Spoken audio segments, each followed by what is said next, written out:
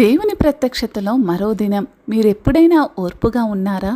మరి శక్తివంతంగా ధైర్యంగా నిలబడ్డారా? సేవ చేశారా? విజ్ఞాపనం కోసం ప్రార్థించారా? అయితే ఈ 4 జంతువులు ఒక పరిపూర్ణ క్రైస్తవ జీవన విధానాన్ని సూచిస్తున్నాయి. చూడండి, ప్రకటన గ్రంథం 4వ అధ్యాయం 7వ వచనం గనక మనం చూసినప్పుడు, మరి మొదట జంతువు సింహం వలె ఉండెను, రెండవ జంతువు పూస లాంటిది, మూడవ జంతువునకు మనుష్య ముఖం ఉండెను, నాలుగో జంతువు పక్షిరాజు వలె ఎగురుచూ ఉండెను అని. సింహం వలె ఉండిన జంతువు ప్రతీక అధికారము, పరాక్రమము. మరి దేవుడు రాజుగా పరిపాలించేవాడు.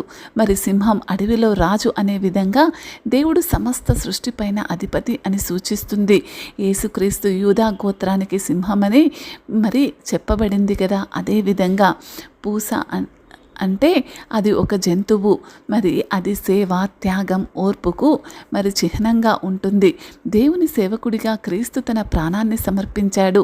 పూస వ్యవసాయానికి ఉపయోగపడుతుంది, అయితే మానవాళి కోసం త్యాగం చేస్తుంది. యేసు తన ప్రాణాన్ని మన కొరకు మరి త్యాగం చేసినట్లే ఇది సూచిస్తుంది. మనుష్య ముఖము ఉన్న జంతువు. మనుష్య ముఖము జ్ఞానము, భావోద్వేగము, మరి నైతికతకు సాదృశ్యము. దేవుడు మనుషుల్ని తన స్వరూపంలో సృష్టించాడు. ఈ ముఖము మానవ బుద్ధిని సూచిస్తుంది. యేసుక్రీస్తు దేవునిగా ఉన్న మానవ స్వరూపంలో పుట్టి మానవులకు సహనంగా మరి సమానంగా ఉండే దేవుడిగా నిరూపించుకున్నాడు. పక్షిరాజు వలె ఎగురుచూ ఉండెను. మరి ఇది దివ్య దృష్టి, వేగం, శక్తికి అర్థం. పక్షిరాజు ఆకాశాన్నంతటినీ పరిశీలించగలదు. దేవునికి సమస్తాన్ని చేసే దృష్టి ఉంటుంది అని ఇది నిర్ధారిస్తుంది. పవిత్రాత్మ అయిన ఆత్మ మన జీవితంపై దృష్టి సారిస్తుంది. చూడండి, మనల్ని సృష్టించిన దేవుడు మన హృదయాలలో నివసించాలంటే మనం ఈ 4 లక్షణాలను ఆకర్షించాలి.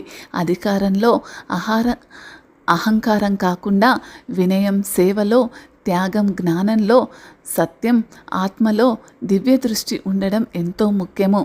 అయితే ఈ 4 జంతువు యొక్క లక్షణాలు కూడా మనలో ఉన్నప్పుడు మనం ప్రభువుకి ఎంతో దగ్గరగా ఉండే వాళ్ళంగా ఉంటాము. సింహం వంటి ధైర్యము, మరి సింహం వంటి ధైర్యం దేవాలయాన్ని శుభ్రం చేసినప్పుడు ప్రభువులో చూడగలం. యోహాను సువార్త 2వ అధ్యాయం 15వ వచనం.